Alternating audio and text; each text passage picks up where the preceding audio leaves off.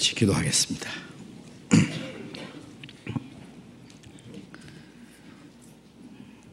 자비로우신 우리 아버지 하나님, 죄 가운데서 영원히 저주와 멸망을 받아야 마땅한 우리를 불쌍히 여기고 사랑해 주셔서 하나님의 독생자 주 예수님께서 우리 대신 십자가에 못 박혀 죽으시고 흘리신 그 보배로운 피로 우리의 죄를 영원히 씻어주시고 우리를 영원한 멸망 가운데서 구원해 주신 그 크신 은혜를 인하여 감사를 드립니다. 다시는 저주와 심판을 받지 않게 하시고 하나님의 거룩한 자녀로 삼아주시고 영원한 하나님 나라에 들어갈 수 있는 영광스러운 소망을 주신 주님, 우리에게 주신 그 크신 은혜를 우리가 무엇으로 다 감사하며 찬송과 영광을 돌릴 수 있겠습니까? 우리의 몸도 영혼도 모두 주님의 피로 살사오니 주의 것입니다. 이제 하나님이 허락하신 우리의 육체의 남은 때 이 땅에 사는 동안에 오직 하나님의 뜻을 따라 행하며 하나님의 영광을 위해서 그리고 주님이 우리에게 하라고 맡기신 거룩한 역사를 위해서 올바로 살 수 있기만을 진심으로 원합니다.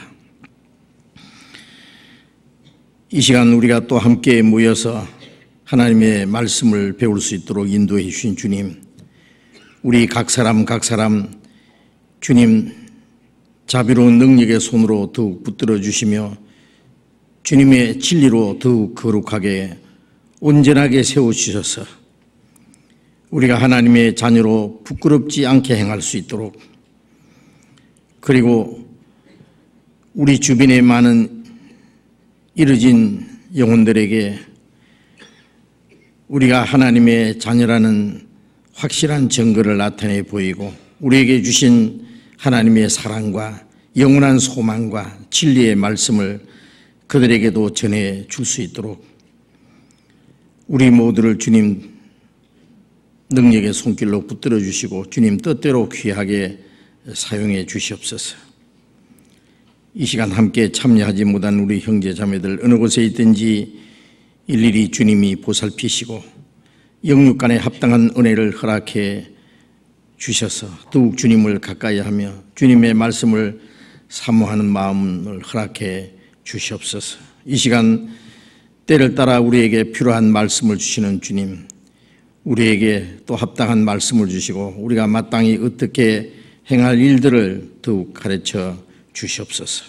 주 예수님 이름으로 기도드렸습니다. 아멘.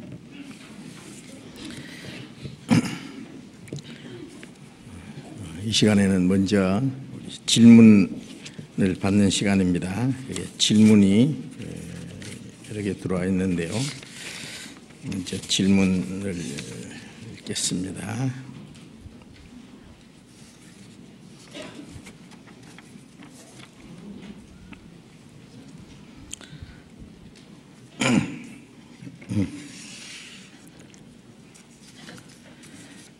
여기 질문인데 보내신 분의 이름이 있는데 이름은 읽지 않겠습니다. 베드로전서 3장 18절에서 20절 먼저 찾겠습니다. 베드로전서 3장 18절부터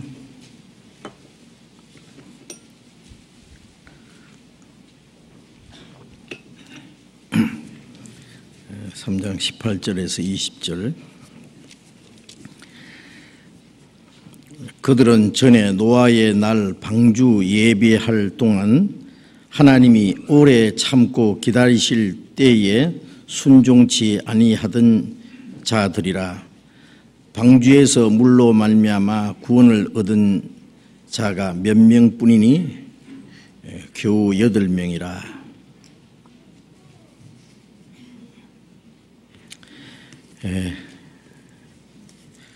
이 말씀의 18절에서 18절 안 읽었죠? 예, 미안합니다. 18절 안 읽었어요. 그리스도께서 한 번 죄를 위하여 죽으사 의인으로서 불의한 자를 대신하셨으니 이는 우리를 하나님 앞으로 인도하려 하심이라. 육체로는 죽임을 당하시고 영으로는 살리심을 받으셨으니. 이 말씀 18절에서 먼저 그리스도께서 영으로는 살리심을 받으셨으니 여기에서 예수님은 죄가 없으신 분이라 영이 죽은 적이 없을 텐데 살리심을 받았다는 것은 무슨 뜻인지요? 이런 질문입니다. 이게 육체로는 죽임을 당하시고 영으로는 살리심을 받으셨으니, 그러니까 예수님이 우리는 날 때부터 죄인으로 태어났잖아요. 그렇죠? 죄인이라는 말은 영적으로는 죽었다는 뜻입니다. 그래서 에베소서 2장 1절에 보면은 허물과 죄로 죽었던 너희를 살리셨도다, 그런 말씀이 있는데, 영이 죽었다는 말은 영이 있기는 있는데 하나님과 교통이 끊어진 상태를 가르치죠. 그래서 하나님이 아담에게 이 선악을 알게 한 나무 실과를 먹지 말라, 먹는 날에는 정령 죽으리라 그랬었죠. 그런데 아담이 선악과를 따먹었는데 그날 먹는 날 죽으리라 그랬었는데 아담이 죽지 않았어요. 930세나 살다가 죽었어요. 그런데 그날 실제는 죽었습니다. 뭐가 죽었냐면 영이 죽었어요. 영이 죽었다는 것은 하나님과 교통이 끊어졌어요. 사랑하는 아들도, 엄마 품속에 있는 그 귀하고 사랑하는 아들도 죽으면은 더 이상 사랑할 수가 없어요. 죽은 아이를 껴안고 아무리 해도 소용이 없어요. 죽자마자 그 모든 관계가 끊어진 거예요. 더 이상 사랑할 수도 없고 사랑을 받을 수도 없고, 그래서 갔다가 이제 묻어야 됩니다. 그것처럼 인간이 범죄함으로 하나님과의 사랑의 관계가 끊어졌어요. 하나님을 사랑하는 것은 이것이니 우리가 그의 계명들을 지키는 것이라. 요한일서 5장 3절에 보면 그런 말씀이 있는데, 하나님은 인간을 하나님의 형상대로 창조하셨고 또 하나님이 사람에게 모든 걸 주셨고 하나님이 사람을 사랑하셨습니다. 그 인간은 이제 하나님을 사랑해야 됩니다. 사랑하는 방법이 뭐냐면은 하나님의 말씀을 지키는 거예요. 에덴 동산에서 단 하나의 계명은 선악을 알게 한 나무 실과를 먹지 마라. 십계명에 보면은 하라는 거 2가지고 하지 말라는 거 8가지예요. 같은 하라는 것이나 하지 말라는 거나 같은 명령입니다. 마귀는 먹으라고 할 테니까 먹지 말라는 말씀은 마귀의 거짓말을 받아들이지 않고 하나님의 말씀을 순종하도록, 먹는 날은 하나님의 말씀을 배반하고 마귀의 거짓말을 받아들이는 날 너는 정령 죽으리라. 뭐가 죽냐면 하나님과 교통이 끊어지는 거예요. 하나님을 배신하는 거니까. 사랑의 관계가 끊어졌다는 것은 생명의 관계가 끊어졌다는 거예요. 사랑은 생명이고 생명은 사랑이거든요. 그렇잖아요. 그래서 사실상 하나님과의 사랑의 관계가 끊어지고 생명의 관계가 끊어졌어요. 그래서 우리는 죽어서 세상에 태어났어요. 그런데 우리가 구원을 받을 때 하나님의 사랑을 받아들이는 거예요. 하나님과의 화목이 이루어져요. 하나님과의 생명이 연결되는 거예요. 그래서 허물과 죄로 죽었던 영이 살아나는 거예요. 그런데 예수님은 죄가 없는 분이니까 예수님은 나시면서부터 그가 의인이십니다. 의인. 그래서 베드로전서 3장 18절에 그가 의인으로서 불의한 자를 대신하였으니, 예수님은 처음부터 의인이었고 죄를 지은 일이 없고, 그러니까 예수님은 영이 죽은 일이 없어요. 그런데 영으로는 살리심 받으셨다 그랬으니까 예수님이 영이 죽은 일이 없는데 왜 또 살아나야 되느냐, 그런 질문입니다. 그런데 이 질문하신 분이 이 내용을 잘 모르셔서 그런데요, 이 말씀을 보면 얼른 보면은 그렇게 오해할 수도 있는데, 이 말씀은요, 육체로는 죽임을 당하시고 영으로는 살리심 받으셨으니, 예수님이 죽으신 건 육신입니다. 그렇죠? 예수님이 영이 죽으신 건 아니에요. 육체로는 죽임을 당하시고 영으로는 살리심 받았다는 것은, 그 영이라는 건 하나님의 영, 성령의 능력으로 육신이, 예수님의 육신을 다시 살리셨다는 말씀입니다.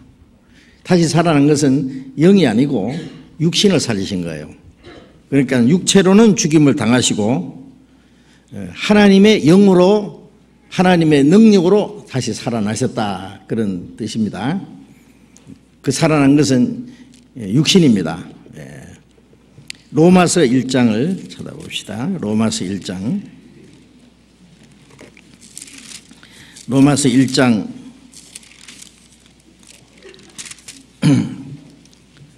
3절,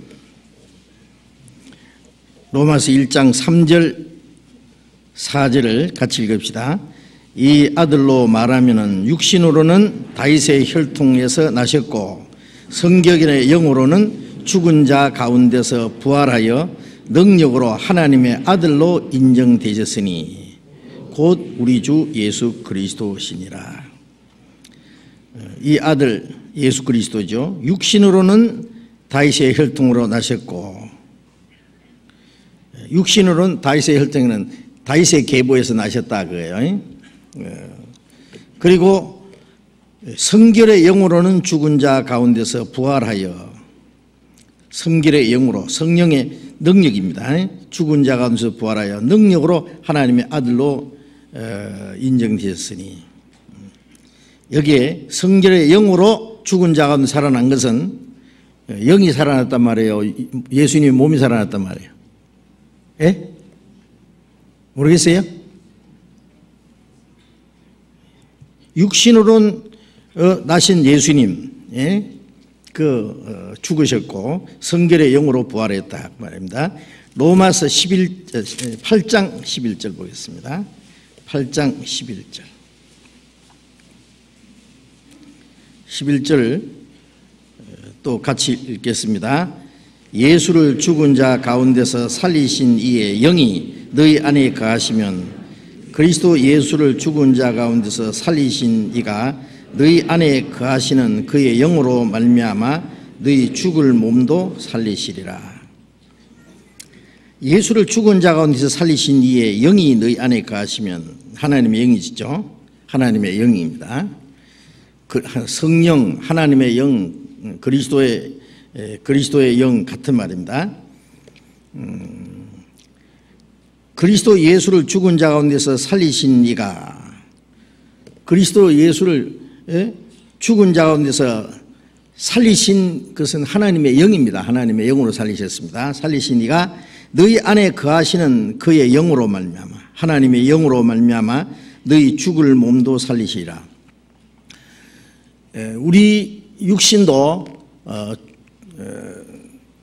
언젠가 죽겠죠. 또 주님이 오실 때는 이 천한 몸이 주님같이 영광스러운 몸을 변하는데, 그것은 하나님의 성령의 능력입니다. 성령의 능력으로 우리 이 죽을 몸도 다시 살리신다. 그래서 성령의 능력을 가르쳐요. 성령의 능력으로 우리 육신까지 살리신다, 그런 말씀입니다. 어렵습니까? 아니죠. 고린도 후서 13장을 또 잠깐 봅시다.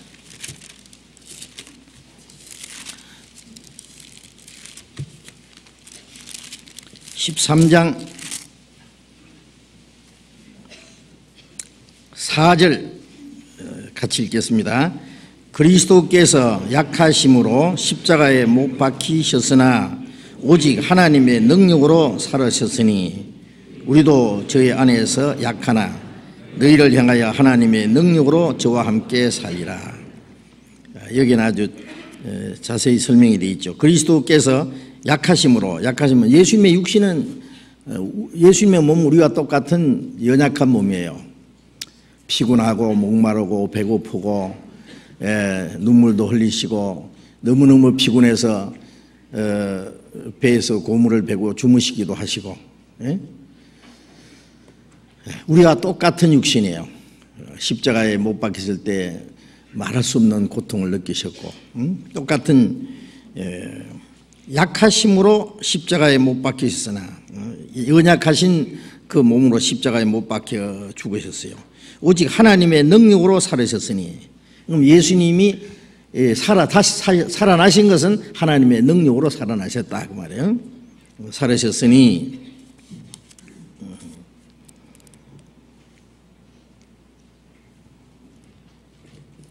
우리도 저희 안에서 약하나 우리의 육신은 연약하잖아요. 너희를 향하여 하나님의 능력 안에서 저와 함께 살리라. 우리도 연약한 육신은 우리 몸은 항상 연약하잖아요. 그러나 성령의 능력으로 항상 강건하잖아요. 속사람이 우리 능력으로 강건하고 그 하나님의 능력으로 우리의 육신의 연약함도 이길 수 있어요. 또 우리 육신이 언젠가 죽을지라도 하나님의 능력으로 예수님을 살리신 그 하나님의 능력이 우리를 다시 살리실 것이다. 이것은 예수님이 죽으신 것은 우리의 죄를 대신하시며 예수님이 부활하신 것은 우리의 육신, 죽을 육신도 살리시고 우리를 영원한 하나님 나라로 데려가시기 위한 하나의 보증이고 또 견본이 되신 겁니다. 그 다음에 또 아까 제가 베드로전서를 잘못 읽어가지고요, 한 절을 늦게 뒤로 읽어가지고 다시 읽겠습니다. 베드로전서 3장 19절, 베드로전서 3장 19절, 저가 또한 영으로 옥에 있는 영들에게 전파하시니라. 여기에 옥에 있는 영들이 20절에는 그들은 전에 노아의 날 방주 예배할 동안 하나님이 오래 참고 기다리실 때에 순종치 아니하던 자들이라. 방주에서 물로 말미암아 구원을 얻은 자가 몇 명뿐이니 겨우 8명이라. 이 옥에 있는 영들은 20절에 있는 순종치 아니하는 자들이고, 그리고 셋의 후손이라고 배웠던 것 같은데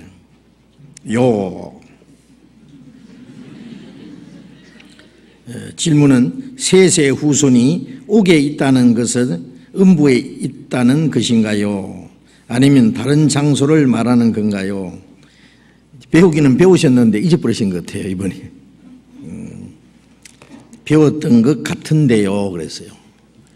배웠는데 좀 잊어버리는 거예요. 그러니까 이런 말씀은요 듣고도 또 한참 후에 또 똑같은 걸 또 질문해요. 잊어버렸거든. 왜냐하면 이 말씀이 얼른 보면 아주 이해가 안 되는 말씀이에요. 그래서 이제 많은 성경학자들이 이 성경을 난해절이라고 해서 성경을 해석을 안 하는 그런 사람들도 많이 있어요. 모르겠다 말이에요. 예수님이 옥에 있는 영들에게 전파했다. 옥에 있는 영들에게 예수님이 전도를 했다 그 말이에요. 그러니까 그런데 이 옥에 있는 영들은 누구냐 설명이 나와 있잖아요. 어떤 사람들은 이 성경을 보고는 죽은 후에 지옥 가서도 전도받을 기회가 있을 거다, 또 그렇게 말하는 사람도 있고, 천주교에서는 연옥이, 천국과 지옥 사이에 연옥이 있다 그래요. 연옥이. 그리고 연옥이 있는 사람은 좀 있다가 천국 갈 수도 있고, 연옥에 있다가 또 지옥 갈 수도 있고. 그래서 아주 재밌는 얘기가 있어요. 어떤 남편이 돌아가셨는데 아주 재산을 많이 남겨놓고 돌아가셨대요. 그래서 이제 부인이 그 캐톨릭 그 신부에게 찾아가서 얘기를 했어요. 우리 남편이 돌아가셨는데 지금 어디 가 있습니까? 물으니까 지금 연옥에 가 있습니다. 그 연옥은 어디입니까? 천국과 지옥 사이인데 연옥이라는 게 있습니다. 그러면 내 남편이 연옥에서 천국 갈 수 있는 길이 있습니까? 예, 그것은 부인께서 남편에 위해서 기도를 많이 하시고 그 정성을 바쳐서 돈을 많이 바치시면은 연옥에 있는 남편이 천국에 갈 수 있습니다. 그래서 이제 부인이 열심히 이제 교회 천주교 다니면서 이제 돈도 많이 바쳤대요. 그래서 이제 가서 물었어요. 신부님, 이제 남편이 어떻게 됐겠습니까? 그러니까 남편이 한쪽 발이 이제 연옥에서 나왔습니다. 그러니까 부인이 펄쩍펄쩍 뛰면서 됐다고 좋아하거든요. 그러니까 부인 너무 좋아하지 마십시오. 아직 한쪽 발이 아직 안 나왔습니다. 그러니까 부인이 하는 말이 아닙니다. 제 남편은 교통사고로 다리 하나가 없어져서 하나뿐입니다. 하나뿐이니까 하나만 나오면 됐단 말이죠. 그런 웃은 얘기가 있어요. 참 진짜 웃기는 이죠. 실컷 웃어요.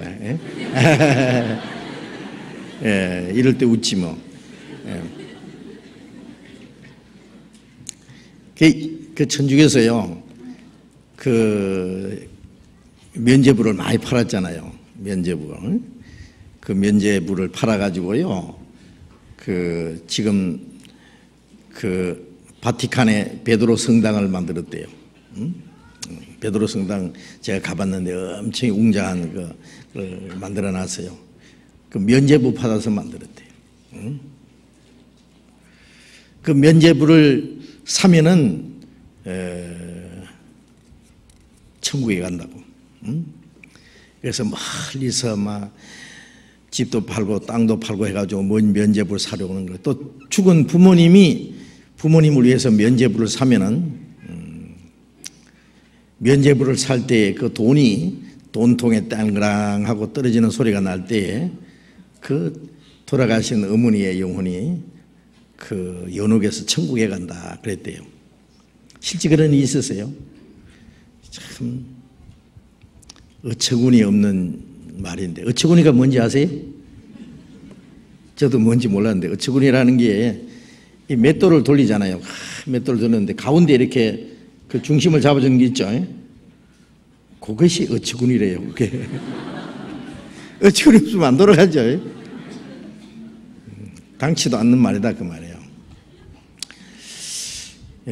그런데 성경을 모르니까, 그때는 성경이 없거든요. 천주교 그 교황청 마룻바닥에 속에 그 사람들도 성경 읽지도 안 해. 감춰놓고 성경 말고 엉뚱한 거 만들어 가지고요 그 외우고. 그러니까 성경 모르니까 그냥 교황 말이 하나님의 말씀이고, 신부는 교황의 권한을 대행하는 거고, 그러니까 그런 거짓된 권위를 가지고 가르치고, 그 사람들 그렇게 가르치면 옳은 줄 알고. 여기 베드로전서 3장은 연옥도 아닙니다. 연옥도 아닙니다. 그러면 누구냐? 아무도가 아니고 노아 홍수 때 순종치 아니하다가 죽은 사람이라고 설명이 나와 있잖아요. 그럼 노아 홍수 때 죽은 사람이 어떤 사람이 죽은지 아세요? 홍수 전에 두 가지 사람이 살고 있었어요. 두 가지 사람이, 두 종류 사람이. 창세기 6장을 잠깐 펴봅시다. 창세기 6장.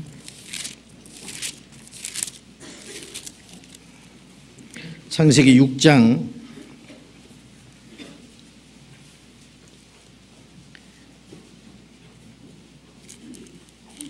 1절부터 봅니다. 사람이 땅 위에 번성하기 시작할 때에 그들에게서 딸들이 나니 하나님의 아들들이 사람의 딸들의 아름다움을 보고 자기들의 좋아하는 모든 자로 아내를 삼는지라. 이게 홍수 전에 하나님의 아들들이 사람의 딸들의 아름다움을 보고 자기들의 좋아하는 모든 자로 아내를 삼는지라, 이런 말씀이 있는데, 여기 하나님의 아들이 누구고 사람의 딸이 누구냐? 어떤 사람은 하나님의 아들은 이거는 천사다. 그래서 사람의 딸은 그냥 사람이고, 사람의 딸이고, 그래서 천사가 사람하고 이제 관계를 해서 자식을 낳았는데, 그게 이제 아주 이상한 거인들이 나타났다. 이제 이런 것으로 해석하는데 물론 틀린 말입니다. 예수님께서 천국에는 천사들이 있는데 천사는 시집도 아니 가고 장가도 아니 가느니라 그러셨죠? 천사는 남자도 아니고 여자도 아니에요. 그러니까 시집도 안 가고 장가도 안 가요. 우리가 천국에 가면은 우리도 마찬가지입니다. 우리도 시집도 안 가고 장가도 안 가요. 천국 가면. 그렇죠? 그런 건 없어요. 그런데 천사는 또 영입니다. 천사는 영이고 사람은 육신을 가지고 있는데 천사는 육체가 없어요. 육체가 없는 사람이 어떻게 사람하고 육체가 없는 영이 어떻게 사람하고 결혼을 하느냐고 말도 안 되는 소리예요. 그는 황당한 얘기입니다. 여기에 하나님의 아들과 사람의 딸은 하나님 보실 때 두 가지 사람을 말해요. 이 창세기 이 4장에 보면은 아담 하와가 에덴 동산에 쫓겨난 이후에 에덴 동산 밖에서 이제 그 노아의 자손들이 태어났는데 그 중에 가인과 아벨이 태어났죠. 두 사람이 하나님께 제사 드렸는데 하나님이 아벨의 제사를 받으셨고 가인의 제사는 받지 않았어요. 가인이 아벨을 돌로 쳐 죽였어요. 그런데 그 죽은 아벨 대신에 하나님이 다른 아들을 또 주셨어요. 그 아들이 이름이 누구예요? 셋입니다. 4장 25절에 보면은 아담이 다시 아내와 동침하며 그 아들을 낳아 그 이름을 셋이라 하였으니 이는 하나님이 내게 가인의 죽인 아벨 대신에 다른 씨를 주었다 함이며 셋도 아들을 낳고 그 이름을 에노스라 하였으며 그때에 사람들이 비로소 여호와의 이름을 불렀더라. 가인의 죽인 아벨 대신에 다른 씨를 주셨다. 그런데 여기에 왜 이런 설명이 붙었어요? 하나님이 뭐 또 아들 하나 주셨으면 주셨는데 이건 보통 아들이 아니고 가인이 죽인 아벨 대신에 주신 다른 씨요, 다른 생명이에요. 그러니까 가인이 죽지 않았으면 셋이 태어날 수가 없어요.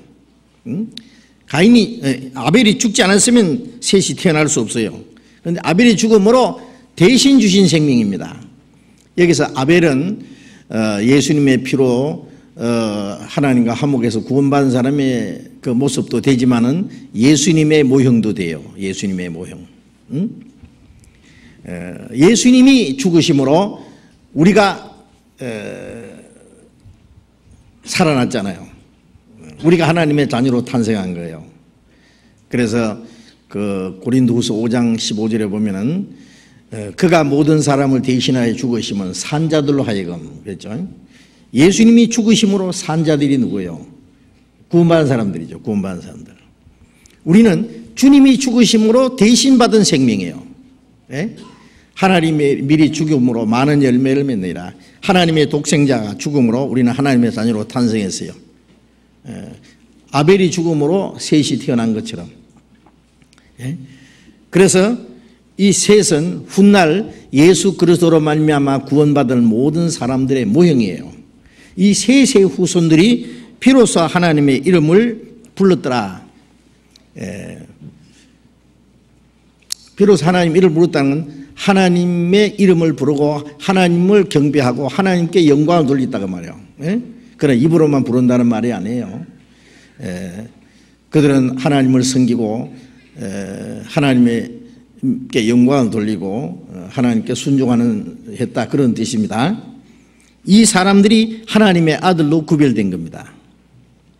그러면 가인의 후손은 뭐예요? 가인의 후손은 하나님을 배반하고 끝까지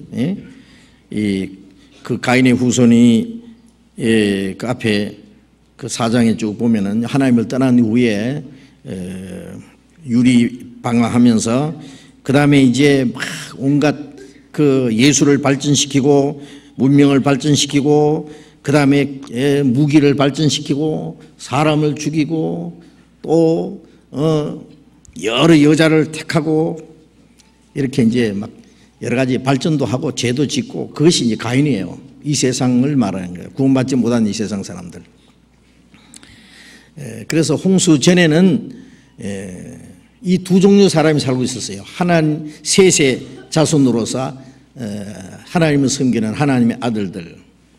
그 다음에 하나님을 완전히 떠나 있는 가인의 후손들. 왜 가인의 후손을 사람의 딸들이라고 했느냐 하면은 아들은 원칙적으로 상속자입니다. 상속자. 상속자. 원칙적으로. 그러니까 상속은 원래 아들에게 물려주잖아요. 딸은 상속이 없는 거예요. 특별한 경우가 있지만 원칙적으로는 없어요. 그래서 우리가 영적으로는 전부 하나님의 아들입니다. 하나님의 딸은 없습니다. 우리가 아들이라는 것은 하나님의 상속자라는 뜻이에요. 어떤 사람 기도할 때 여기 하나님의 아들과 딸이 있습니다. 하나님은 딸이 없습니다. 왜? 예수님이 아들이시기 때문에 아들의 영을 우리에게 주셨어요. 아들이라는 건 상속자라는 말입니다. 우리는 하나님의 상속자예요. 그래서 하나님이 이스라엘 백성들에게 이스라엘은 내 아들, 내 장자라. 그는 이스라엘 민족을 하나님의 장자라는 것은 하나님의 상속자라는 뜻이에요. 딸이라고 하는 것은 상속이 없으니까 하나님의 상속을 이어받지 못할 사람, 가인의 후손, 지금 말하면 거듭나지 못한 사람들. 그래서 홍수 전에 하나님의 아들과 사람의 딸이 있듯이 지금도 옛날에는 물로 심판했지만 이제 불로 심판하신다 그랬잖아요. 마지막 하나님이 이 세상을 불로 심판하시기 전에 하나님 보실 때 두 종류의 사람이 살아요. 하나님의 아들들, 하나님의 나라에 들어갈 상속자들, 거듭난 사람들, 거듭나지 못한 사람의 딸들, 거듭나지 못한 사람, 하나님과의 관계없는 사람들, 이 두 종류를 말하는 거예요. 그런데 이 창세기 6장에 가서 이 하나님의 아들들이 사람의 딸들의 아름다움을 보고 자기들의 좋아하는 모든 자라 아내를 삼지라, 이 말씀은 셋의 후손이 가인의 후손과 섞인 거예요. 그러니까 셋의 후손이 타락한 거예요. 가인의 후손은 원칙적으로 하나님을 떠나서 죄 가운데 살고, 이 셋의 후손은 하나님의 자녀로 구별됐는데, 우리가 지금 말하면 우리가 구원을 받았는데, 하나님의 자녀로 합당하게 살아야 되는데 세상 사람과 섞여서 사는 걸 말해요. 구원 안 받은 사람처럼 거기에 섞여버린 거예요. 그러니까 이 셋의 후손들이 하나님의 아들들이 타락한 거예요. 그리고 하나님이 이제 물로 홍수로 심판하셨잖아요. 그럼 심판했을 때요, 가인의 후손도 죽고 셋의 후손도 죽었어요. 그렇죠? 노아와 그 8식구 외에는 다 죽었어요. 그런데 가인의 후손은 하나님의 아들이 아니기 때문에 구원 안 받은 사람으로서 그들은 홍수 심판 때에 육신도 죽었고 영혼도 멸망하고, 그렇죠? 구원 안 받았기 때문에. 그러나 셋의 후손들은 하나님의 자녀로 구별되었기 때문에 영은 하나님 영적으로 하나님의 아들인데, 육신은 그들이 세상과 섞임으로써 홍수로 죽은 것은 징계요. 징계로 죽었어요. 죽었지만은 하나님의 아들이기 때문에 그들은 영은 지옥 가면 안 돼요. 그들은 주님이 오실 때까지 집행유예, 말하자면은 그 옥에다가 따로 갖다 뒀어요. 예수님이 십자가에 죽으시고 부활하심으로 구원이 완성돼요. 그러니까 구약시대에는, 구약시대의 모든 사람들은 그 구원은 예수님이 오실 때까지 미완성입니다. 미완성. 그래서 예수 그리스도로 말미암아 우리에게 주신 구원이 완성되지 않으면은 구약시대에 이스라엘 사람들의 구원도 그 이전의 사람들도 구원이 불완전한 거예요. 불완전해요. 예수님이 죽으시고 부활하지 않으면은 양을 잡아 제사한 사람도 예수님이 십자가 죽지 않으면 그 모든 게 무효로 돌아간 거예요. 무효. 그래서 예수님이 죽으시고 부활하심으로 구원이 완전해졌기 때문에 그때까지 이 셋의 후손들은 육신은 홍수로 심판을 받았지만 영은 옥에 갇혀 있었어요. 주님 오실 때까지. 그래서 예수님이 영으로서 옥에 있는 영들에게 전파하시니라. 예수님이 구원이 완성됐다는 사실을 그들에게 전파하셔야 돼요. 그래서 그들은 노아 방주 예비할 동안 하나님이 오래 참고 기다리실 때 노아가 방주를 짓는 동안에 방주만 지은 것이 아니에요. 의를 전파했다 그랬어요. 하나님의 말씀대로 순종할 것을 외쳤을 거예요. 가인의 후손들에게도 전도했을 거고 셋의 자손들한테도 너희들이 하나님을 이름을 부르는 사람이 그런 죄를 지으면 되느냐? 빨리 회개하고 나하고 방주를 짓자든지 그렇게 회개를 외쳤을 거예요. 그런데 그들은 순종치 않았어요. 끝까지.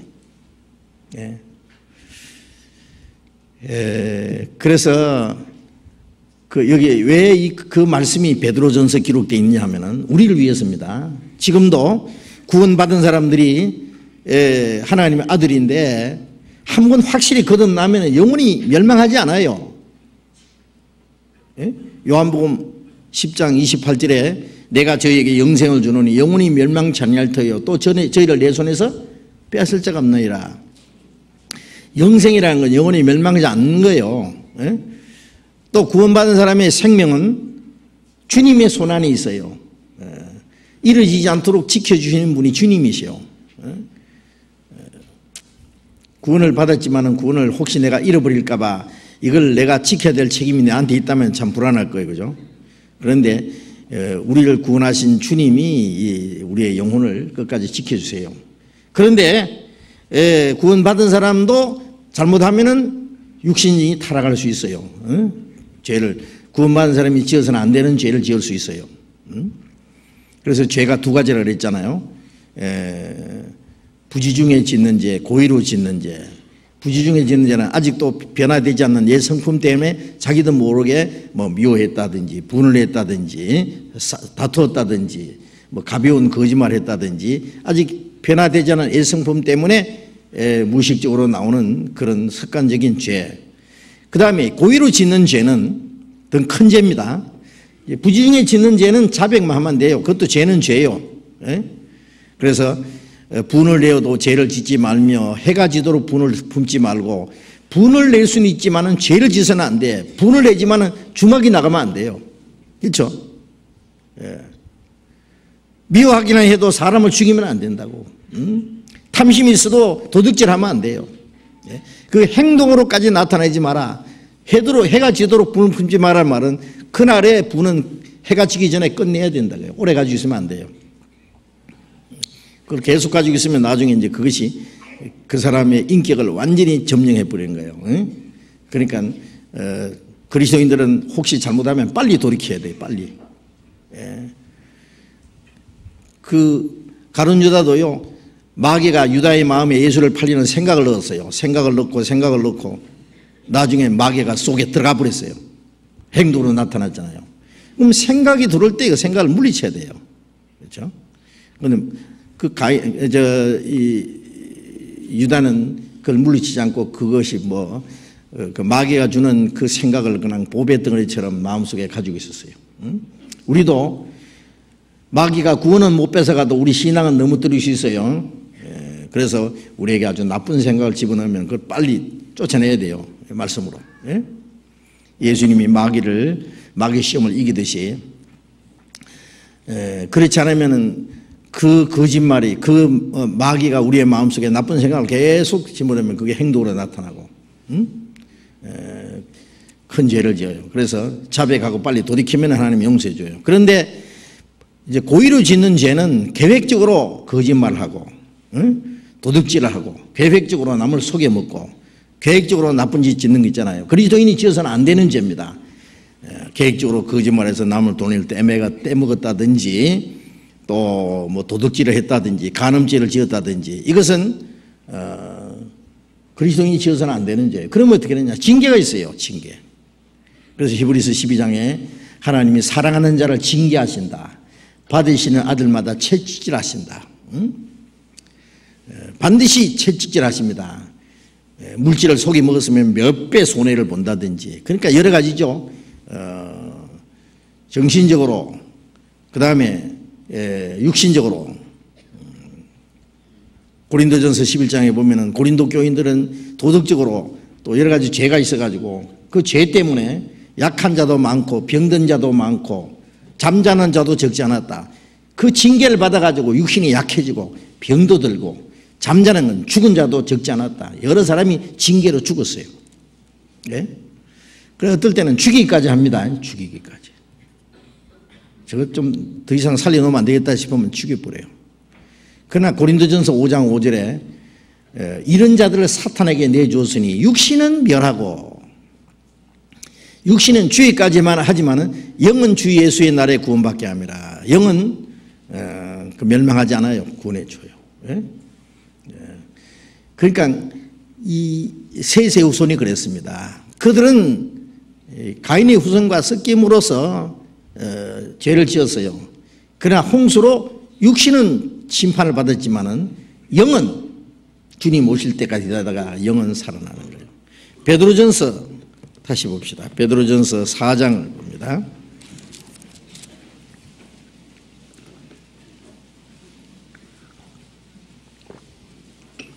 베드로전서 4장 6절입니다. 6절 같이 읽읍시다. 이를 위하여 죽은 자들에게도 복음이 전파되었으니 이는 육체로는 사람처럼 심판을 받으나 영혼으로는 하나님처럼 살게 하려 함이니라. 이를 위하는 것은 이제 그 죄는 심판을 받아야 돼요. 이를 위하여 죽은 자들에게도 복음이 전파되었으니 이 구원받은 사람, 이 베드로전서는 구원받은 사람이 하는 말입니다. 구원받은 사람이 다시 육체에 남은 때를 다시는 죄 지어서 안 된다. 그걸 말하는 거예요. 4장 2절에 다시 한번 읽어봅시다. 그 후로는 다시 사람의 정욕을 좇지 않고 오직 하나님의 뜻을 좇아 육체에 남은 때를 살게 하려 합니다. 이제 구원받은 이후에 우리의 육체에 남은 때는 다시 우리 육신의 정욕을 따라 살지 않고 하나님의 뜻을 좇아 살아야 된다. 응? 우리의 육체의 소욕을 따라서 살아간 때가 지나간 때가 족하다. 그것으로 끝내고 이제는 이제 하나님의 뜻을 따라서 성령을 따라서 살아야 된다. 그걸 얘기하는 거예요. 이를 위하여 죽은 자들에도 복음이 전파되었으니 아까 말씀드린 이 죽은 자는 아무가 아닙니다. 죽은 후에는 다시는 구원받을 기회가 없어요. 예?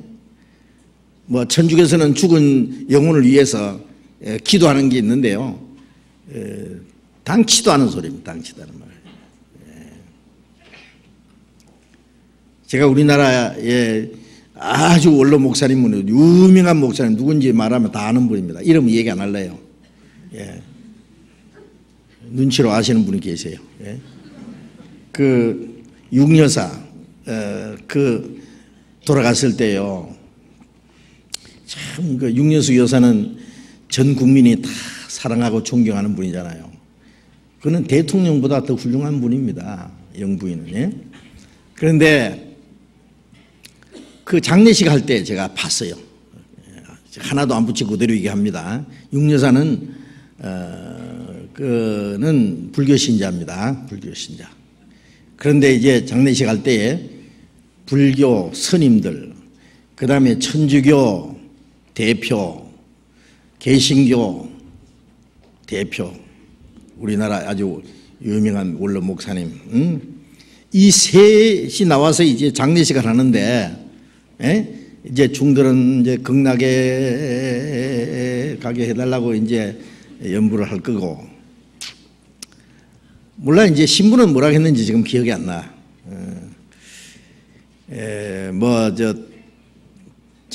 천국에 보내달라고 뭐 했겠죠. 그런데 이제 문제는 개신교 목사님이 참 평소에 내가 그분을 존경했는데 그날 아주 대실망을 했어요. 왜 그랬냐면 기도를 하는데 대표 기도를 했어요. 그분이 하나님 하늘 문을 활짝 열고 이 육여사의 영혼을 받아주시옵소서 하고 기도했어요. 하나님 그 기도 들어주실까요? 예? 당치도 않은 소리입니다. 예. 죽은 사람을 위해서는 아무것도 할 수가 없어요. 기도도 할 수 없고 아무것도 할 수 없어요. 죽음으로 그 사람이 죽기 전에 구원받는지 안 받는지 그것으로 끝나는 것이지. 예? 구원받지 않는 사람은 지옥에 가 있을 텐데 어떻게 하나님이 활짝 하늘 문을 열고 받아주시라고 그래요.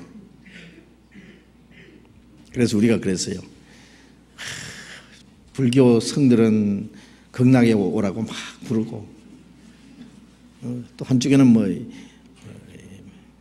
연옥에를 뭐 보내게 해달라고 했는지 몰라요. 하여튼 한쪽에서는 천국 보내게 해달라고. 육류사 마음이 좋아가지고 어디로 갈지 몰랐을 거예요. 제가 그걸 듣고 저분은 구원받지 않은 분이구나 하는 거 알았어요.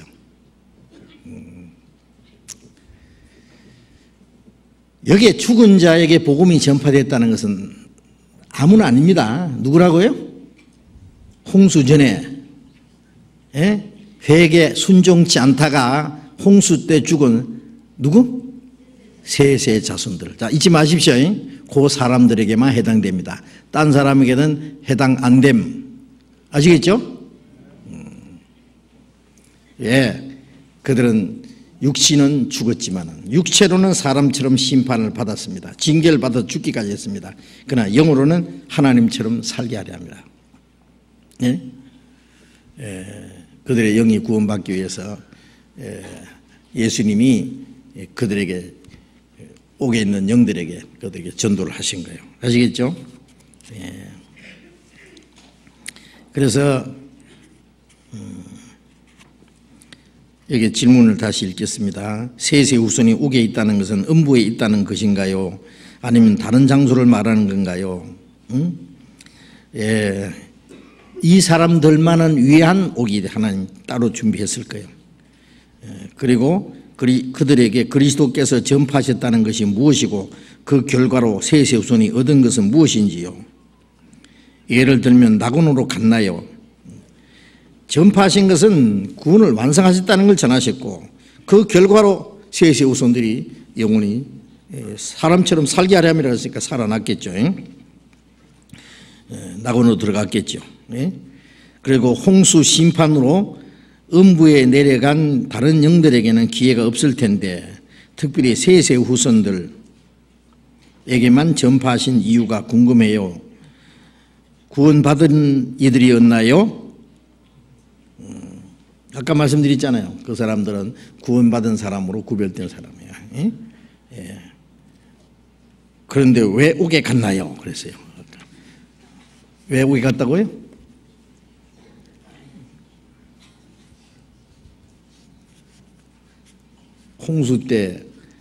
홍수 전에 노아가 방주 준비할 때 순종치 않고 죄를 지었기 때문에 그래서 육신은 홍수로 죽었습니다. 그러나 영은 예수님 오실 때까지 기다린 겁니다. 자, 이해되시죠? 예, 오늘 들은 사람은 다음에 질문하지 마세요.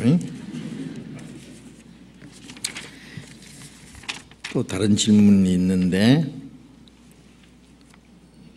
누가복음 15장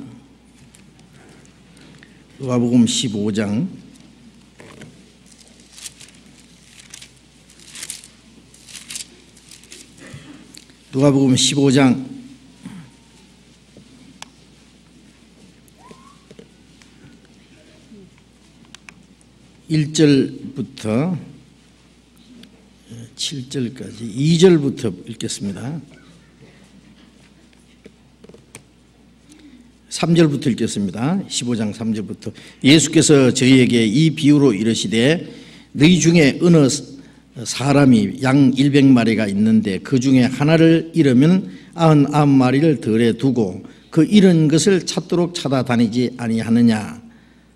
또 찾은즉 절구 어깨에 메고 집에 와서 그 벗과 이웃을 불러 모으고 말하되 나와 함께 즐기자. 나의 잃은 양을 찾았노라 하리라.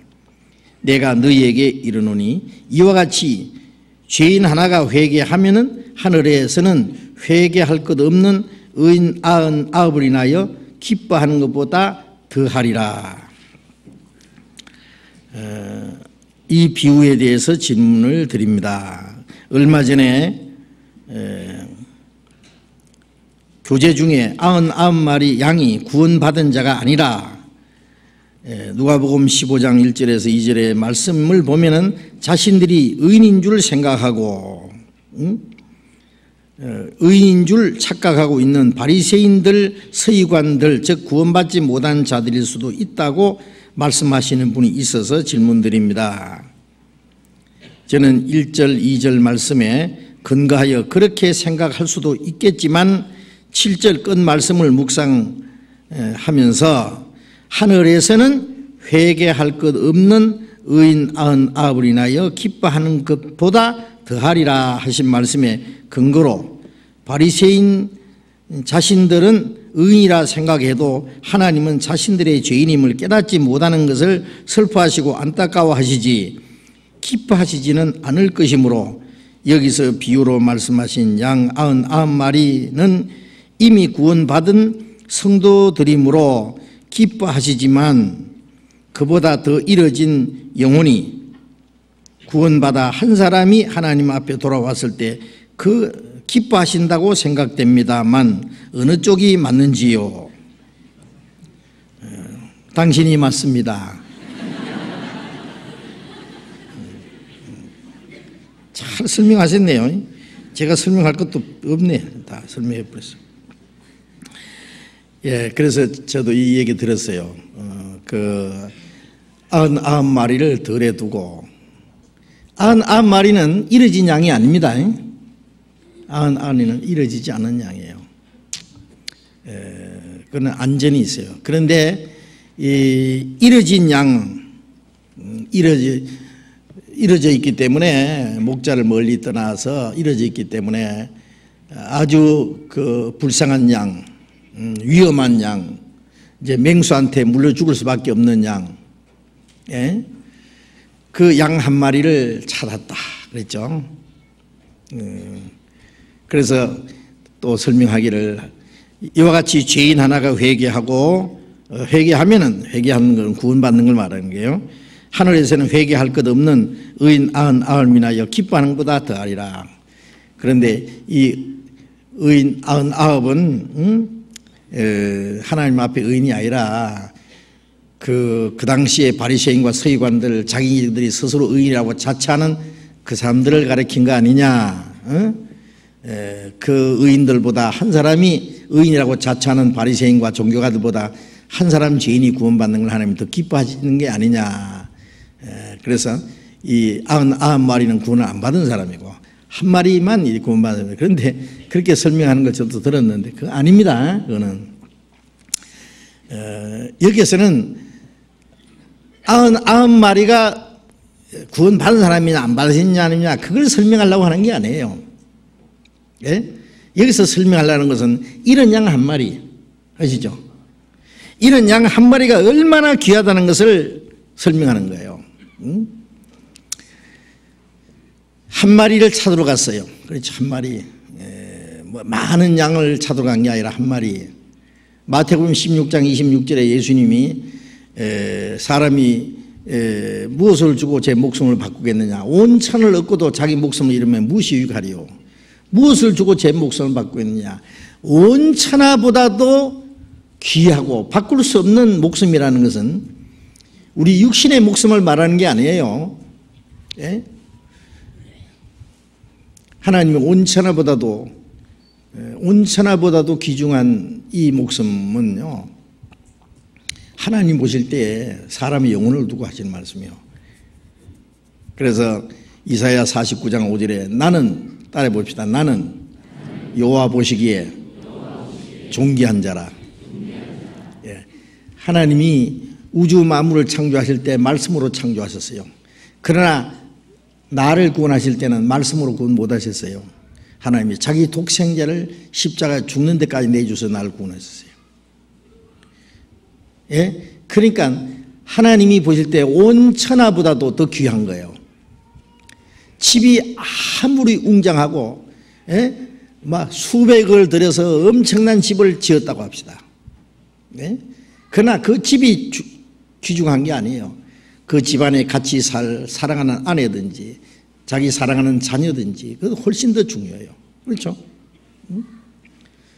예, 온 천하보다도 하나님의 형상으로 지음받은 영혼, 하나님의 사랑의 짝이 되기 위해서 하나님과 함께 영원히 천국에 같이 살 목적으로 지으신 영혼이 귀중한 거예요. 그렇지 않으면요, 우리 영혼이 없다면, 육체뿐이라면 짐승의 생명이나 사람의 생명이나 하나도 가치가 없어요.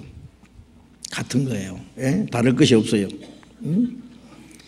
그 개 한 마리 목숨이 온천하보다 귀중하다, 그런 말은 당치도 않죠. 예? 그러면 안 돼요. 전에 보니까요, 옛날에 월남에서 전쟁 때요, 또 노름을 하는데 이러더라고요. 이 권총에다가요, 총알 한 방만 딱 넣어가지고 쫙 돌려. 어디에 있는지 모르죠. 도박하는데요. 딱 자기 머리에 대고 방아쇠를 탁 당겨요. 예? 잘못하면 죽는 거죠. 죽으면 그거 끝이에요. 안 죽으면 돈 따요. 그러니까 목숨을 걸어놓고 도박을 하더라고요. 예. 그 사람의 생명이 그것뿐이래요. 그게. 돈 몇 푼을 위해서 자기 목숨을 거는 사람들 있잖아요. 예. 자기 생명을 그렇게 하찮게 여기는 거예요. 그게. 예? 그런 사람이 얼마나 많아요. 가룟 유다는 은 30에 예수를 팔았죠. 예수님이 뭐 유다에게 팔릴 뿐입니까? 절대 안 팔립니다. 유다가 팔아먹은 것은 자기 영혼을 팔아먹은 거예요. 그렇죠? 은 30에 팔아먹은 거예요. 그게 몰라서 그래요. 하나님은 우리에게 얼마나 비싼 대가를 지불하고 사셨는데, 예? 이 세상에 아무도 없고 내 혼자만 있어도, 아무도 없고 여러분 혼자 계셔도 예수님이 구원하러 오셨을까요? 안 오셨을까요? 예? 오셨을까요? 오실지 안 오실지 어떻게 알아요? 예? 오신다 그랬잖아요. 양 한 마리를 찾으러 가신다 그랬잖아요. 하나님은 한 사람 구원받는 거나 100명 구원받는 거나 1000명 구원받는 거나 똑같이 규정이 이깁니다. 예? 한 명이라고 덜 귀중히 이기고 1000명이고 10,000명이라고 하나님이 더 크게 이기고 안 하지 않습니다. 귀중한 건 꼭 다 똑같아요. 아시? 그래서 여기에서 말씀하려는 것은 이런 양 한 마리, 한 사람의 영혼이 구원받는 건 하나님이 얼마나 기뻐하신다. 그걸 설명하기 위해서 99마리를 대비해서 하신 말씀이지. 예? 99마리는 뭐 구원 받았느냐 안 받느냐 이걸 설명하려는 게 아닙니다. 성경에 이런 말씀이 많아요. 그래서 여기 가장 중요한 것이 무엇인가 그걸 우리가 생각해야 되지. 이건 99마리가 어떠냐 그걸 설명하려는 거 아니에요. 물론 이제 굳이 설명하려면은 99마리는 첫째 이루어지지 않은 양입니다. 그렇죠? 그 다음에 이제 여기 설명해 주신 것처럼 하늘에서는 회개할 것 없는 의인 99이나요. 하나님 보실 때 회개할 것 없는 의인 99이 어떤 사람이겠어요? 예? 이미 하늘나라에 가 있는 구원받은 성도들일 겁니다. 예? 그리고 그들 회개할 거 없죠. 이미 회개했으니까. 그렇죠? 그리고 의인 99이나요. 기뻐하는 것보다도 그것도 기뻐해요 안 하세요? 의인 99이나요. 하나님이 기뻐하지 않아요? 기뻐하신다고 그랬잖아요. 기뻐하시는 것보다도 한 사람이 구원받는 걸 더 기뻐한다는 말은 뭐예요? 이미 구원받은 사람은 보다도 그 99이 잔치하는 것보다 죄인 하나가 회개하고 돌아오는 걸 하나님 더 기뻐하세요. 그러니까 우리도 같은 마음을 가져야 돼요. 예? 하나님이 많은 사람이 구원받았지만은 왜 한 사람 한 사람 구원받기 위해서 하루가 천년가 기다리세요? 아무도 멸망치 않고 회개하기를 기다리잖아요. 응? 그래서 한 사람 한 사람 구원받으면은요, 이미 구원받은 사람을 위해서도 기뻐하지만은 그 새로 구원받은 사람에 더 기뻐하세요.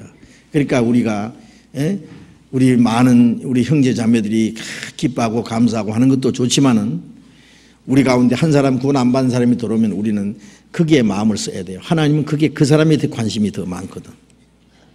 예? 그 사람 구원받도록 우리가 기도하고 도와줘야 됩니다. 예. 그게 하나님의 마음이에요. 그래서 여기에 하나님이 의인 99이나요 기뻐하고, 그런데 죄인 하나가 회개하는 걸 더 기뻐하신다는 것은 더 큰 기쁨이 돼요. 새로운 기쁨이 되잖아요. 이미 자녀가 있어요. 여러 자녀가 있어요. 자녀 하나가 태어나면은 더 기뻐하죠. 왜? 그건 새로운 기쁨이에요.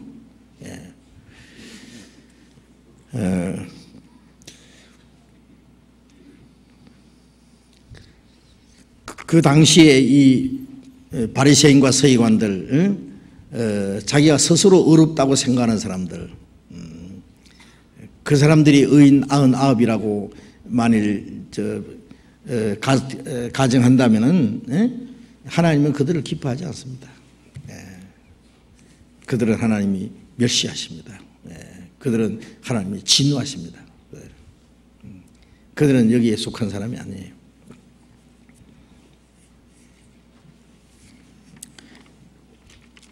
또 조금 더 질문을 드릴 수 있는데,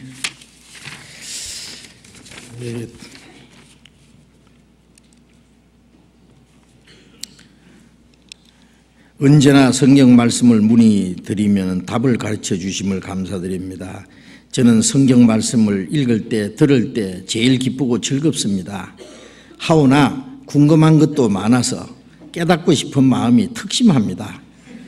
다 여쭤보려면 너무 지면이 부족하여 생략하고 줄여서 올립니다. 좀 어리석은 생각으로 잘못 이해할까 두려워서 여쭈옵니다. 스가랴 3장 8절 한번 봅시다. 스가랴가 어디 있냐면은 구약성경 제일 뒤에서 그 앞에, 말라기 앞에 스가랴 있습니다. 스가랴 3장 8절, 대제사장 여호수아야, 너와 내 앞에 앉은 내 동료들은 내 말을 들을 것이니라. 이들은 예표의 사람이라. 내가 종 순을 나게 하리라. 그리고 또 6장 12절 말씀 다시 보겠습니다. 6장 12절, 고하여 이르기를 만군의 여호와께서 말씀하시되 보라, 순이라 이름하는 사람이 자기 곳에서 돋아나서 여호와의 전을 건축하리라. 순이라는 사람이 누군가요? 질문입니다. 당시의 사람인가요? 천사인가? 멜기세덱과 같은 인물인가요? 그리스도의 모형의 인물인가요? 이 스가랴서에 나오는 이 순이라고는 세순입니다. 순이 돋아난다 그랬죠. 그 사람이 돋아나서 여호와의 전을 건축하리라 그랬는데, 13절에 6장 13절에 그가 여호와의 전을 건축하고 영광도 얻고 그 위에 앉아서 다스릴 것이요 또 제사장이 자기 위에 있으리니 이 두 사람이 화평의 의논이 있으리라 하셨다 하고, 여기에 두 사람이 나와요. 두 사람, 한 사람이 아니라 두 사람이 누구냐 하면은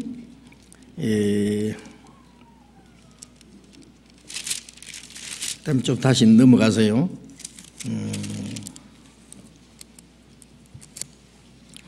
넘어가서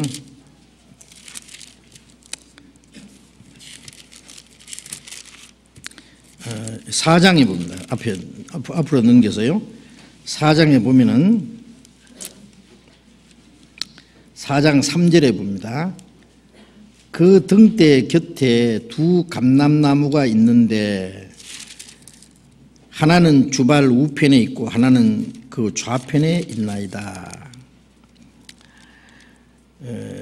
11절, 내가 그에게 물어 가로되 등대 좌우의 두 감람나무는 무슨 뜻이니까 하고 다시 그에게 물어 가로되 금기름을 흘러내는 두 금관 옆에 있는 이 감람나무 두 가지는 무슨 뜻이니까.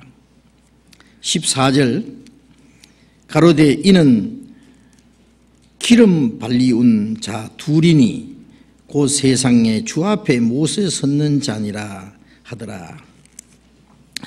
이 한 사람이 아니고 이 둘입니다. 둘인데요. 이 금 대접이 있고 금 주발이 있고 양쪽에 감람나무가 있고 감람나무에서 기름이 흘러나와서 이 등잔에 들어가요. 그런데 이 양쪽에 있는 감람나무, 두 감람나무는 누군 뜻입니까? 전에 우리나라에 왜 그 감람나무 하나 있었죠? 예? 그런데 고목나무 돼서 자빠졌죠? 감람나무 알아요? 박태선 장로 감람나무라고 그랬는데 여기 이걸 가지고 했는지 모르겠어요. 이 감람나무는 주 앞에 기름 발리온 자 둘이라 그랬잖아요. 온 세상에 주 앞에 못에 섰는 자니라 그랬는데, 자, 여기 질문이 그 당시 사람인가요? 그래서 그 당시 사람입니다. 그 당시 사람인데 3장 1절에 봅니다. 3장 1절에 대제사장 여호수아는 여호와의 사자 앞에 섰고 그랬죠. 대제사장 여호수아가 있죠. 그 다음에 8절에도 대제사장 여호수아야 너와 내 앞에 앉은 내 동료들은 그랬죠. 아까 그 종순을 나게 한다 그랬는데요. 4장에 넘어가서 6절에 봅니다. 그가 내게 일러 가로되 여호와께서 스룹바벨에게 하신 말씀이 이러하니라. 만군의 여호와께서 말씀하시되 이는 힘으로도 되지 아니하며 능으로도 되지 아니하고 오직 나의 신으로 되느니라. 8절 여호와의 말씀이 또 내게 임하여 가라사대 스룹바벨의 손이 이 전에 지대를 놓았은즉 그 손이 또한 그것을 마치리라 하셨나니. 이제 이스라엘 백성들이 바벨론에 포로 잡혀가서 70년 포로 생활하고 돌아와서 성전을 건축하는데 재건하죠. 성전을 다시 짓는데 그때에 대제사장이 여기 여호수아죠. 이스라엘 민족을 가나안 땅에 인도했던 여호수아 아닙니다. 이름 같지만은 이 대제사장 여호수아라 그랬어요. 그 다음에 스룹바벨은 총독이었어요. 총독. 대제사장은 하나님께 제사, 백성을 위해서 제사 드리는 사람이고 총독은 백성을 다스리는 사람이에요. 이 스룹바벨은 이스라엘 민족을 바벨론에서 인도해서 가나안 땅에 들어가서 성전을 짓는데 아주 주도적인 역할을 했던 사람이에요. 성전을 짓는데 앞장서서 모든 일을 추진하고 감동하고 했던 사람입니다. 그래서 성전을 이제 지대를 놨는데 성전을 짓지 못하게 방해하는 사람들이 방해를 하고 이스라엘 백성들은 힘이 빠지고 그래가지고 16년 동안이나 성전 짓던 것을 중지했다가 스룹바벨이 다시 그 스룹바벨의 손이 이 전을 지대를 놓았은즉 그 손이 또한 그것을 마치리라 그랬어요. 그래서 그 16년 후에 다시 성전을 지어가지고 지대를 놓은 그때부터 20년 후에 그 성전을 다시 재건했습니다. 그래서 여기에 이스라엘 백성들이 바벨론에서 돌아온 후에 이 중요한 역할을 했던 대제사장 여호수아와 총독 스룹바벨 이 두 사람입니다. 두 사람. 그런데 이 두 사람은 그 당시에 중요한 역할을 했을 뿐 아니라 훗날 구약시대에 많은 사람들이 예수님의 모형으로 나와 있습니다. 모세도 예수님 모형이고 다윗도 예수님 모형이고 솔로몬도 예수님 모형이고 엘리사도 예수님 모형이고 예수님 모형으로 나온 사람들이 많이 있어요. 여호수아도 예수님 모습이고 모형이고 이 스룹바벨과 이 여호수아도 역시 예수님의 모형입니다. 예수님. 스룹바벨은 백성을 통치하는 사람, 다스리는 사람, 여호수아는 제사장입니다.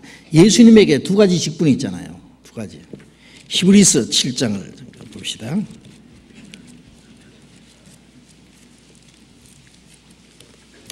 히브리서 7장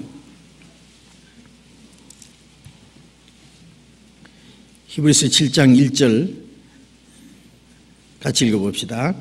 이 멜기세덱은 살림 왕이요 지극히 높으신 하나님의 제사장이라 여러 임금을 쳐서 죽이고 돌아오는 아브라함을 만나 복을 빈 자라. 이 멜기세덱 아비도 없고 어미도 없고 3절에 그랬죠. 아비도 없고 어미도 없고 족보도 없고 시작도 없고 생명의 끝도 없고 하나님의 아들과 방불하여 항상 제사장으로 있느니라. 예? 살렘 왕, 평강의 왕, 또 항상 하나님 앞에 제사장으로 있는 이분이 누구겠어요? 예? 아비도 없고 어미도 없고 족보도 없고 시작도 없고 끝도 없고 누구요? 예? 예수님밖에 없죠. 요한복음 8장에 보면은 예수님이 그랬어요. 아브라함이, 너희 조상 아브라함이 나의 때를 보기를 기다리다가 보고 절구하였느니라. 유대인들이 아니 네가 50도 못 됐는데 우리 조상 아브라함을 보았느냐? 예수님이 아브라함이 나기 전부터 내가 있느니라. 아브라함이 나기 전부터 하늘이 뭐요? 바다가 생기기 전에, 산들이 생기기 전에, 골짜기가 생기기 전에 하나님이 천지를 창조하실 때 그때 내가 있었다. 예? 우주가 생기기 전에, 아브라함이 있기 전분이 아니라 우주가 창조되기 전에 계시던 분이요. 그분이 누구예요? 예수님이에요. 그런데 아브라함이 예수님을 봤다 그랬죠? 언제 봤을까요? 멜기세덱 만났을 때 봤잖아요. 518명 군사를 거느리고 가서 자기 조카 롯이 소돔성에 살다가 전쟁 잡혀갔잖아요. 도로 찾아왔잖아요. 아브라함은 이제 집에서 특공대를 518명을 딱 훈련시켜가지고 싸워서 이기고 돌아왔어요. 그때 이기고 돌아오는데 멜기세덱이 딱 나타났어. 멜기세덱이 나타나서 아브라함에게 복을 빌었어요. 손에는 떡과 포도주를 들고, 지극히 높으신 하나님, 천지를 창조하신 하나님이 아브라함에게 복을 주옵소서. 살렘 왕 멜기세덱, 그분이 예수님이었어요. 떡과 포도주는 예수님의 십자가 죽으심과 피 흘리실 걸 가르치잖아요. 천지를 창조하신 하나님이 아브라함에 복을 주옵소서. 복을 빈 자. 그 아브라함이 10분의 1을 멜기세덱에게 바쳤어요. 이 10분의 1이라는 건 그때 처음 바친 거예요. 처음. 11조는 율법이 아닙니다. 11조는. 율법 생기기 450년 전에 아브라함이 먼저 바친 거예요.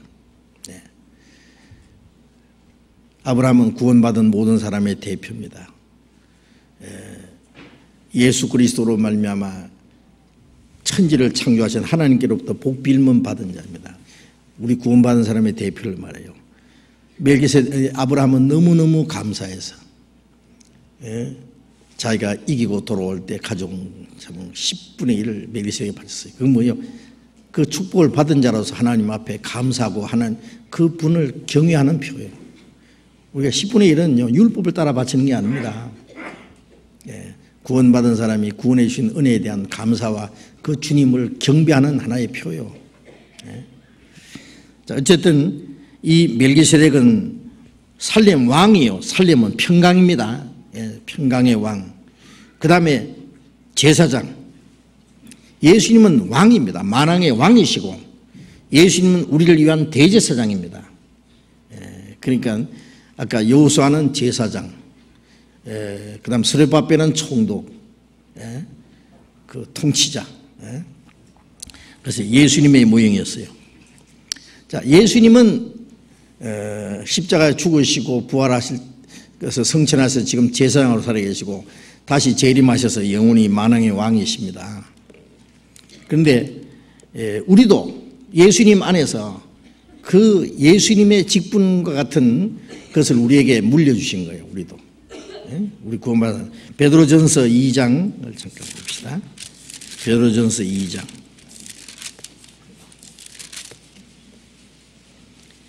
9절.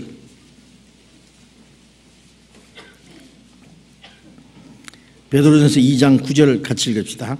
오직 너희는 택하신 족속이요 왕같은 제장들이요 거룩한 나라요 그의 소유된 백성이니 이는 너희를 어두운 데서 불러내어 그의 기이한 빛에 들어가게 하신 자의 아름다운 덕을 선전하게 하려. 너희는 왕같은 택하신 족속이요 왕같은 제장들이요 거룩한 나라요 소유된 백성이니. 자, 우리가 구원받은 사람이 왕이라는 것은 영광입니다. 왕, 다스리는 자입니다. 제사장은 하나님을 섬기는 자입니다. 우리도요, 예수님 안에서 우리도 왕이에요. 예수님이 왕이에요. 만왕의 왕이면은 왕이 많아야 만왕의 왕이 있지. 만왕은 누구요?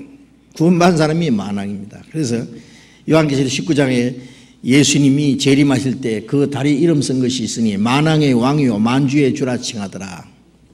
그 뒤에 백마를 타고 수없이 많은 자들이 흰옷을 입고 백마를 타고 그를 따르더라. 그들이 왕들입니다. 그래서 예수님이 지상 재림하실 때 예수님의 만왕의 왕으로 오셔서 천년 동안 왕노를 하는, 예수님이 왕노를 하고 예수님과 함께 왕노를 하는 사람이 누구예요? 우리도 왕입니다. 왕이요 제사장이에요. 우리도. 예? 제사장은 이제 우리의 몸으로 하나님 앞에 산 제사들이죠. 먹든지 마시든지 무사하든지 하나님의 영광을 위해서 사는 모든 생활이 그게 하나님께 영광 돌리는 산 제사고 영적 예배예요. 그게 하나님께 제사 드리는 겁니다. 순종이 제사보다 낫다. 순종하는 모든 생활도 하나님께 제사 드리는 거예요. 우리가 하나님의 뜻대로 살고 하나님께 영광 돌리는 모든 생활이 하나님께 산 제사 드리는 거예요. 그게 바로 영적 예배라고 그랬죠. 또 다스리는 건 뭐예요? 다스리는 것은 뭘 다스려야 돼요? 예수님이 마지막에 사탄의 권세를 짓밟으리잖아요. 로마서 16장에 보면 사탄을 속히 너희 발 앞에 발 아래 상하게 하시리라. 우리가 사탄을 짓밟을 자입니다. 주님과 함께. 철창을 가지고 만구를 다스릴 권세를 주신다. 우리가 주님의 말씀을 순종하고 그 끝까지 참고 주님을 따르면은 철창으로 만국을 다스리는 권세를 주나니 나도 아버지께 받은 것이 그나니라. 예수님만 철창으로 다스립니까? 우리도 주님과 같이 다스립니다. 그랬잖아요. 자, 우리는 철창으로 다스릴 자입니다. 주님과 함께. 다스릴 자요. 그럼 천년왕국에 가서 다스리기 전에 하루가 천년가 떨어지니까 매일 다스려야 돼요. 우리를. 그렇죠? 매일. 이 땅에 사는 동안에 다스려야 그때 가서도 다스리지. 뭘 다스려요? 자기를 먼저 다스려요. 내 마음과 내 생활을 다스려야 돼요.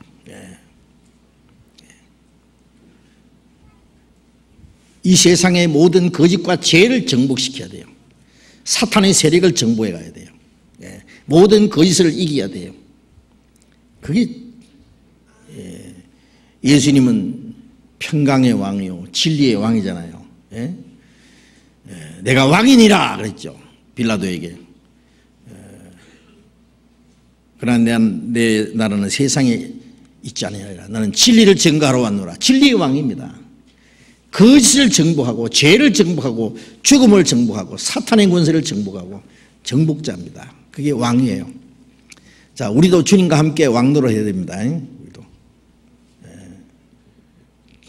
사탄의 권세까지 정복할 사람이 우리 육신 하나 정복 못하면 어떻게 해요? 죄를 하나 다스리지 못하면 어떻게 해요?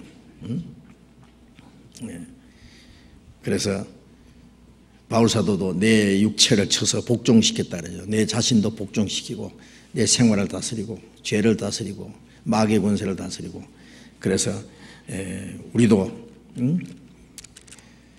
다스려서 주님 앞에 나를 굴복시키는 것이 그게 제사 드리는 거예요. 제사. 예? 제사 드릴 때 어떻게 해요? 양을 잡아서 쪼개서 드립니다.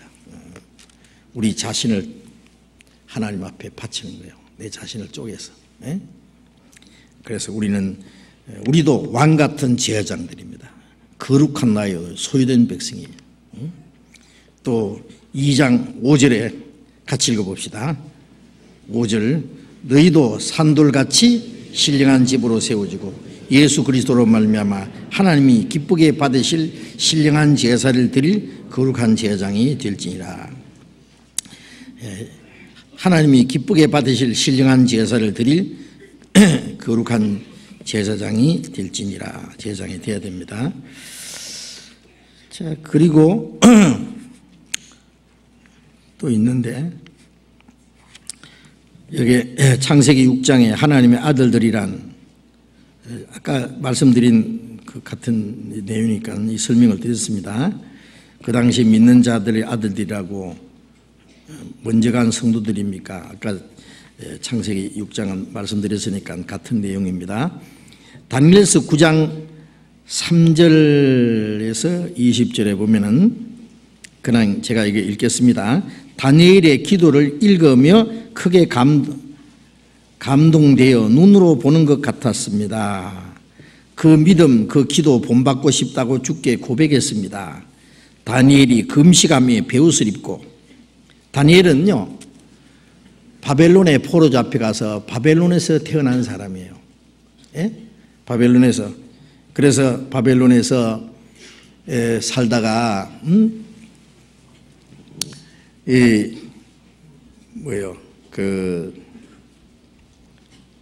예레미야가 기록한 그 말씀을 읽었어요. 읽었는데 그 중에 70년이 차면은 이스라엘 땅으로 돌아가리라는 약속이 있다는 걸 알고 그때가 가까이 왔다는 걸 알았어요.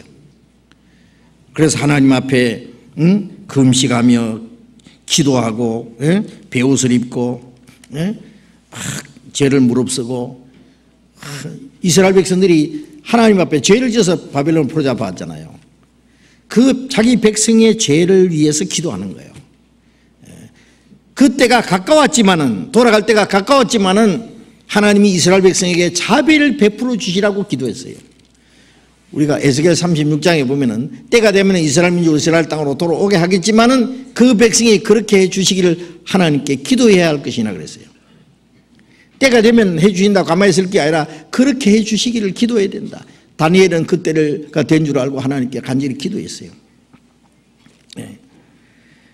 그래서 금식하며 베옷을 입고 여기서 죄인이라는 표현으로서 우리나라에서 부모가 돌아가시면 입는 베옷, 죄를 무릅쓴다는 것은 실제로 불타고 남은 죄 위에 앉아서 기도하는 것입니까? 온몸에 죄를 덮어쓰고 엎드려 기도하는 것입니까? 욥의 친구들이 달려와 티끌을 날려 머리에 뿌리고는 있다는 같은 뜻인가요? 그랬는데요. 이 베옷을 입는다는 것은 사람이 죽었을 때 베옷을 입잖아요. 그런데 사람이 죽었을 때만 있는 게 아니라 아주 슬픈 일을 당했을 때, 그리고 아주 예통할 때에, 죄를 통회하고 자백할 때도 예통하는 거예요. 자기 죄 때문에. 그럴 때에 베옷을 입는 거예요. 요나서에 보면은요, 요나가 니느웨에 가서 니느웨 성이 40일 후에 멸망하리라. 너희들 죄로 말미암아 하나님이 너희를 심판할 것이다. 그러니까 니느웨 왕이 왕의 보좌에서 일어나서 왕복을 벗어버리고 베옷을 입고 죄를 머리에 쓰고 회개하고 기도했어요. 백성들도 그렇게 기도했어요. 비록 죄를 지었지만은 그들이 회개하고 하나님 앞에 그 자백하는 그 모습을 보고 하나님이 그 재앙을 내리기로 한 뜻을 돌이켰잖아요. 특별한 일입니다. 그래서 죄를 통회할 때에 그때도 베옷을 입어요. 그리고 죄를 무릅쓰는 것은 보통 죄를 안 쓰잖아요. 죄를 무릅쓰는 것은요, 그것도 슬픔을 표현하는 거예요. 그래서 선지자들도 하나님 앞에 애통하고 할 때요, 죄를 머리에 쓰고 한 때도 있고, 또 여기에 욥의 친구들이요, 욥의 친구들이 욥이 너무너무 비참한 모습을 보고는요, 머리에 티끌을 무릅쓰다 그러죠. 막 티끌을 뿌리면서 기가 막혀서 앉아서 슬퍼했다. 슬퍼할 때 하는 거예요. 그래서 이 다니엘이 그렇게 하나님 앞에 간절히 기도하는 모습을 여기 보여준 겁니다. 그래서 이 모습을 보고 다니엘서 9장에 다니엘이 하는 기도를 보고 크게 감동을 받았다 하는 내용인데, 다니엘서 잠깐만 읽어봅시다. 성경 안 읽으면 서운하니까. 다니엘서 9장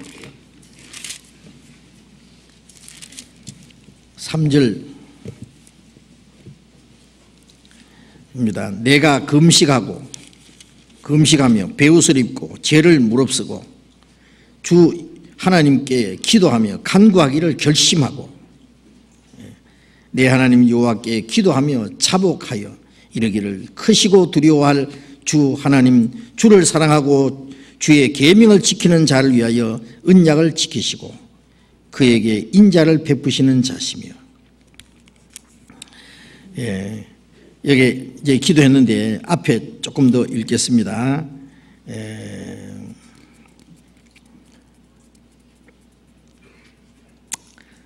2절 곧 그 통치 원년에 나 다니엘이 서책으로 말미암아 여호와의 말씀이 선지자 에레미야에게 임하여 고하신 그 연수를 깨달았나니 곧 예루살렘이 황무함이 70년 만에 마치라 하신 것이니라.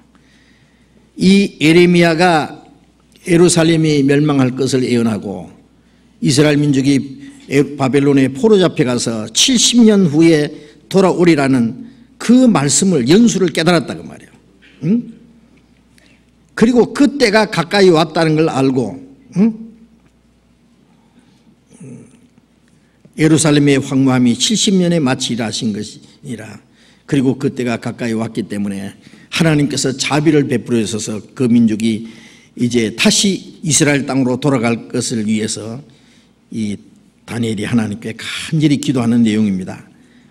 그래서 금식하며 베옷을 입고 죄를 무릅쓰고 주 여호와께 기도하며 간구하기를 결심하고, 우리가 어떤 중요한 문제가 생겼을 때 우리도요 아주 금식하면서 기도할 때도 있고요, 잠을 안 자면서 밤을 새면서 기도할 때도 있고, 아주 결심하고 기도하기로 결심하고 그 기도가 이루어질 때까지 계속 기도하는 것도 필요합니다.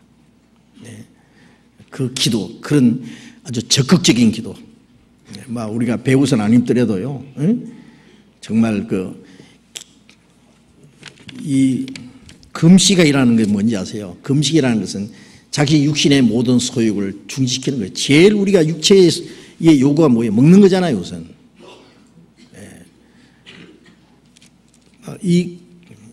어떨 때는 먹지도 않고 마시지도 않고 자기의 육신의 요구, 자는 것도 안 자고 육신의 모든 걸 다 끊어버린 거예요.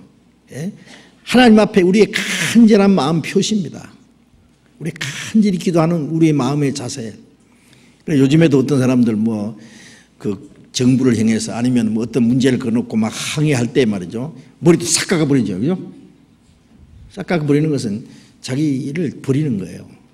그리고 먹지도 않고 잠도 안 자고 그러면서 단식 투쟁하잖아요. 자구의 요구가 이제 관철될 때까지 말이죠, 결심하고 시작하는 거예요. 우리가 사람 앞에서는 그런 건 별로 아름다운 모습이 아니라고 생각합니다. 그런데 우리가 하나님 앞에서는요, 간절히 기도할 때요, 우리 육신의 모든 것들을 다 끊어버리고 막 세상에 오락을 좋아하고 자기 즐거운 거 다 하고 술도 마시고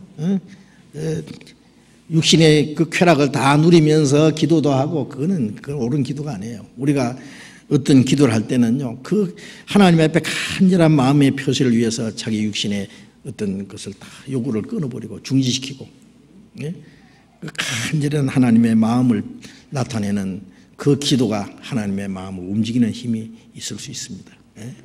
그래서 이 다니엘의 기도는 정말 그 모범적인 기도라고 할 수 있습니다.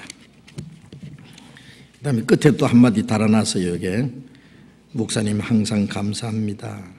신령한 하늘 양식을 풍성케 공급해 주시고 수일에는 남의 질문도 나의 질문도 해답하여 주시고 친가족으로 묶어서 사랑하게 하심으로 감사합니다.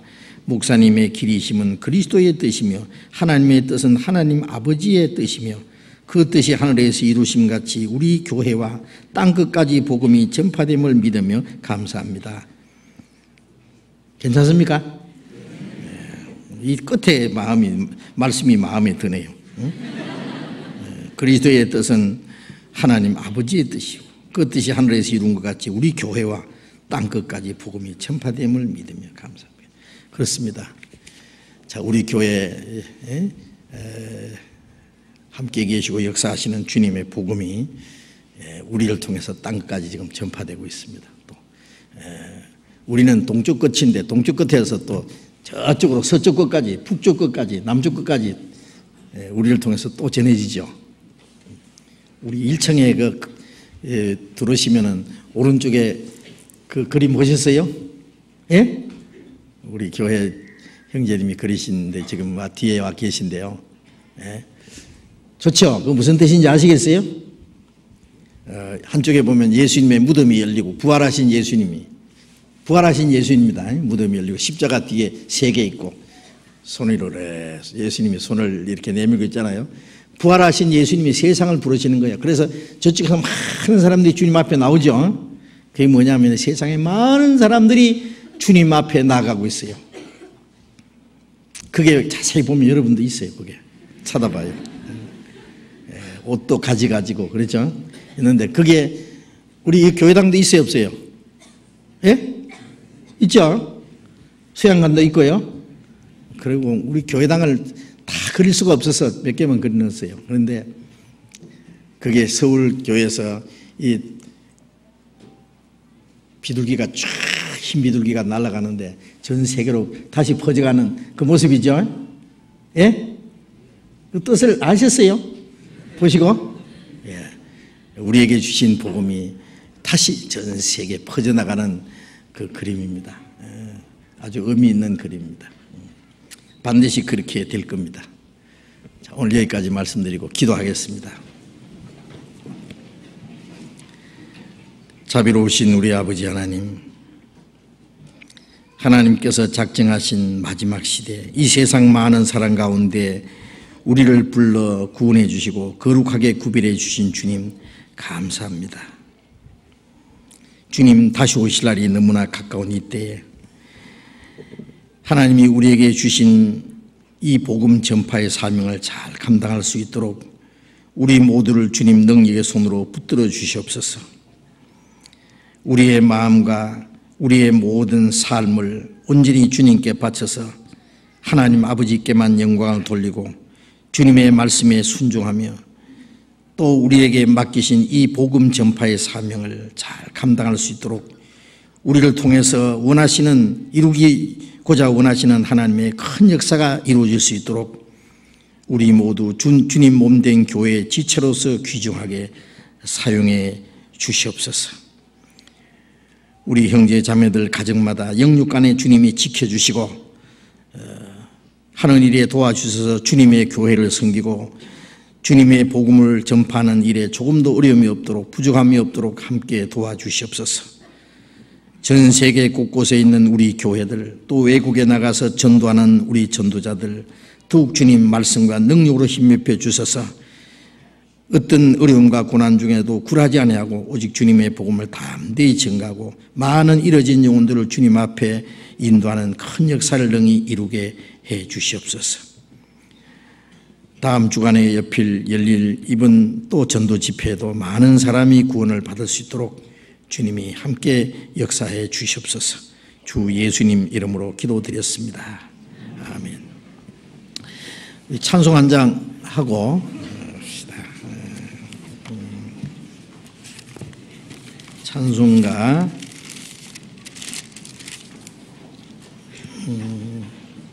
372장 합시다.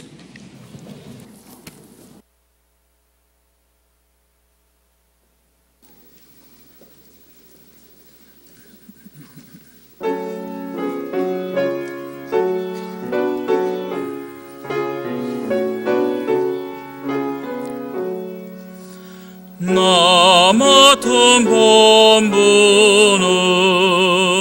구주를 높이고 문 영혼 구원 얻도록 잘 인도함이라.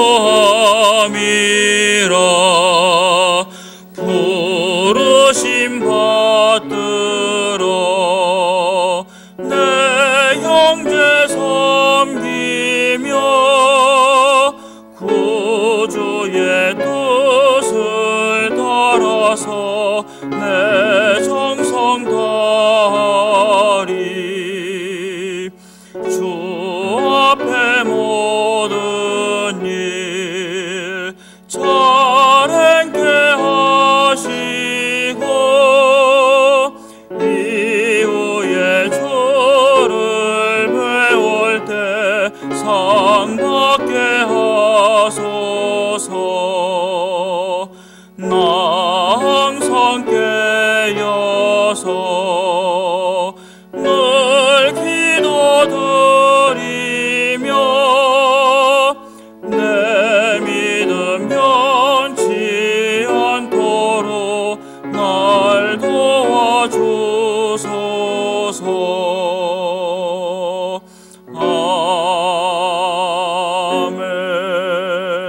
아멘. 광고 없습니까? 마치겠습니다. 조심히 돌아가시기 바랍니다. 감사합니다.